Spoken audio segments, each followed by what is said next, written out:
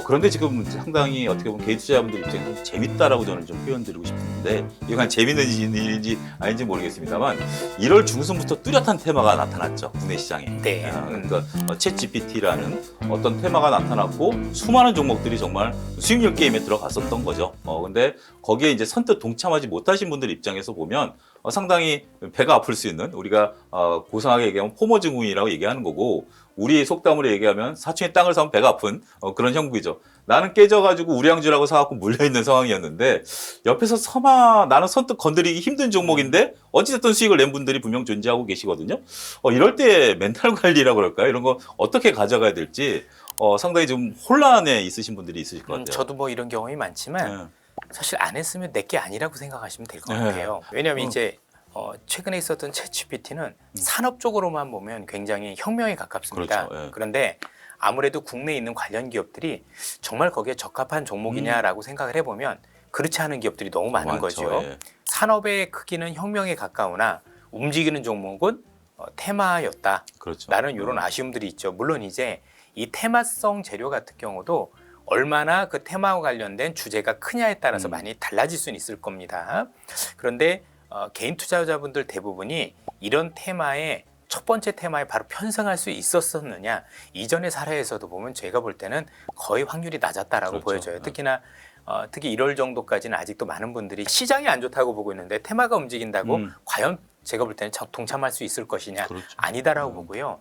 다만 저는 이렇게 생각을 합니다. 지금 챗 GPT가 혁명이라면 이게 시작일 가능성이 높은데 그래서 요거 가지고 많이 오해를 하시던데 이게 시작이라고 해서 지금 그 종목들이 조정받으면 살아 이런 의미는 아니고 이 챗GPT와 관련된 이 산업의 흐름이 계속 발전을 할 거예요. 첫 번째 발전은 뭐냐면 챗GPT와 관련된 기업 간의 생존 경쟁에서 살아남는 기업이 있고 그렇지 않은 기업들이 먼저 생길 거고 따라서 향후에 대형 기업들 중에서 거기서 경쟁력을 가지는 기업들이 생겨나기 시작하고 그게 유의미하게 우리 눈에도 보이기 시작한다라면 그런 기업 중심으로 제가 볼 때는 투자를 해도 늦지 않다라고 보여지고 그 이후에 이 기술이 상용화되었었을 때 이 기술을 가지고 새로운 사업을 하는 분들이 많이 계세요.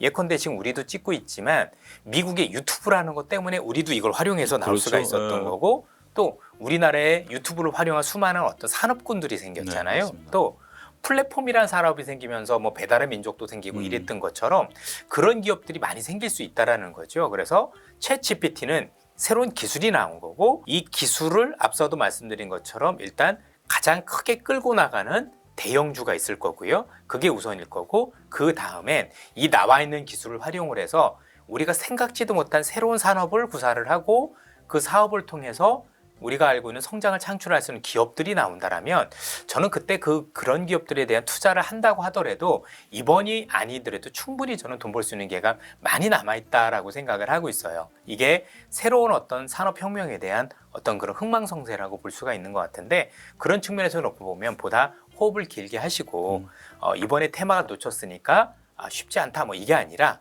이번 테마는 테마로 그냥 끝내시고 나름대로 그 이후에 이 산업의 변화 그리고 그 변화에 최적화된 기업들이 어떤 기업이 있을 것인지 같이 고민하면서 다른 기회를 찾아보시면 좀 좋을 것 같습니다. 거기에 내가 꼭 동참을 못했다라고 해서 이게 끝나는 게 아니라 특히 이제 이 산업 같은 경우는 단순하게 우리가 뭐 무상증자라든지 뭐 이런 어떤 그냥 뭐 실체가 없는 것들이 아니기 때문에 이 산업이 개화하는 것을 말씀하신 것처럼 긴 호흡으로 보고 거기 추적 관찰하면서 내가 충분히 시점을 노릴 수 있는 기회는 분명히 온다. 왜냐하면 지금 이번에 올랐던 건 제가 볼 때 챗GPT라는 걸 알리는 계기였던 것 같아요. 챗GPT라는 게 이렇게 무서운 거고 이렇게 큰 겁니다라는 걸 알리는 계기였고 실제 이 챗GPT를 제대로 구현할 수 있는 기업은 글로벌에서 몇 개가 되질 않아요.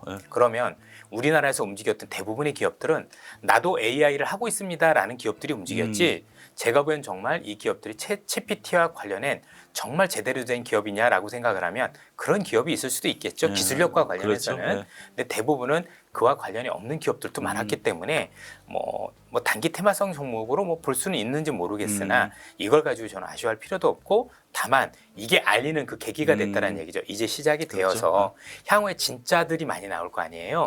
그런 것들을 찾는 계기로 좀 삼았으면 좋겠다. 그러니까 주의를 환기해 준 거죠. 내가 이 기술을 알기 시작했고 앞으로 이 기술에 대한 발전을 볼 거고 이렇게 보시면 될 것 같아요.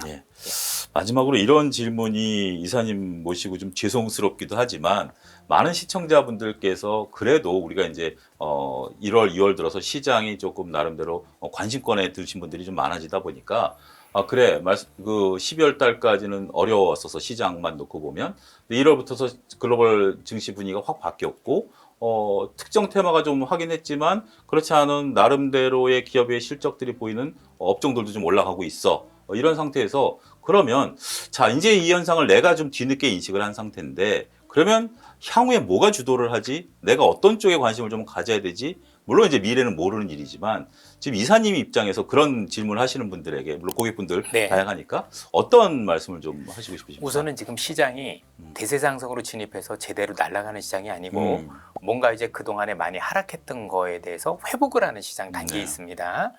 그러다 보니까 실제 주도주가 있다고 하더라도 그 생명이 그렇게 길지는 않은 것 같아요. 그러면 일단 시장 국면마다 사실 이게 코로나 때부터 벌어진 현상인데 코로나 때부터 실제 주도주라고 하더라도 그 생명이 석 달 이상을 간 적이 별로 없었어요. 근데 그 석 달간의 그 수익률은 적지 않았던 거죠. 최근에 이제 시세 흐름이라는 특징이라고 볼 수도 있을 것 같은데 대부분 되게 빠르게 움직이는 경향들이 있더라라는 점 우선 감안하실 필요가 있는 건데 일단 시장이 무엇을 보느나 같이 보셨으면 좋겠어요. 그래서 특정 테마나 아니면 특정 이게 올해 내내 이끌고 갑니다가 아니고 예를 들어서 미국의 긴축에 대한 우려가 더 많이 낮아질 것 같다. 그럼 조금 더 성장주가 유리한 그렇죠. 국면이 되겠죠. 또 반면에 긴축에 대한 우려 때문에 좀 쉬워질 것 같다라고 하면 앞으로 미국이 제조업 중심으로 많이 바뀌다 보니까 제조업이나 아니면 구경제 관련 기업들이 좀 더 유리할 수 있다. 그럼 그 안에서 종목을 많이 찾아보면 되는 거고 또 최근처럼 뭐 중국의 리오프닝이 됐었을 때 중국인들이 과연 한국 시장에 많이 온다라면 어떤 것들이 수혜를 볼 수 있느냐. 사실 뭐 여러 가지가 있겠지만 그런 것들에 대한 고민도 해볼 수 있을 거고 각각의 국면마다 최적화된 기업들을 찾는 노력을 좀 많이 해야 될 것 같고 앞서도 말씀드렸지만 산업별로 보시면 안 될 것 같아요. 산업 안에서도 굉장히 많이 나눠지더라.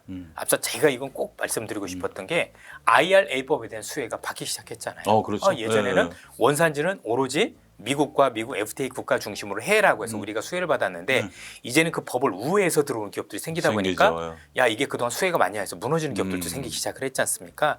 이런 것처럼 뭐 예를 들어 IRA 수혜했다고 계속 올라가는 것도 아니고 뭐 그렇다고 해서 다 피해를 보는 것도 아니고 각 국면마다 시장이 굉장히 다이나믹하게 바뀌기 때문에 그런 주제를 잘 찾아서 제가 볼 때 그와 관련된 최적화된 기업을 찾는 연습들을 굉장히 많이 해야 되지 않을까.